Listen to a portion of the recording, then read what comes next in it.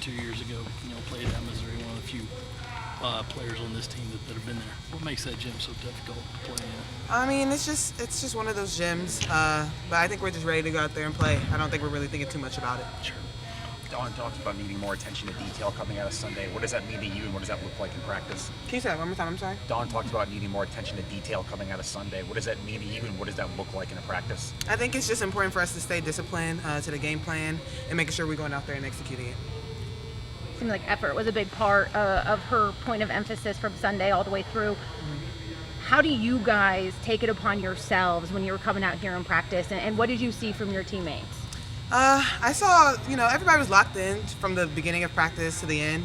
I think it's just doing the little things that she asks us to do and doing it to the best of our ability. You talked on Sunday about the ups and downs that you've had. Your mom was vocal on social media about how her love for Dawn and what she has done and been there for you. I was just wondering if you would be comfortable talking about some of those ups and downs, and what, I know you've spoken a little bit on it, but just what it's been like to go through some of these ups and downs. Yeah, I mean, Coach knows. I've been upset a lot of times, actually, especially at the beginning of the season when I kind of didn't have my flow going, and just trying to figure out who I was and what I could do for the team.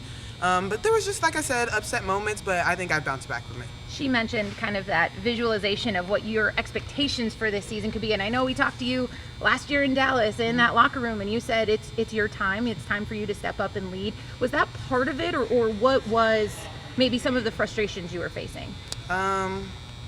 Wait. What are your frustrations? Does it come from that expectation you had? I think it came from the expectation I had. Yeah.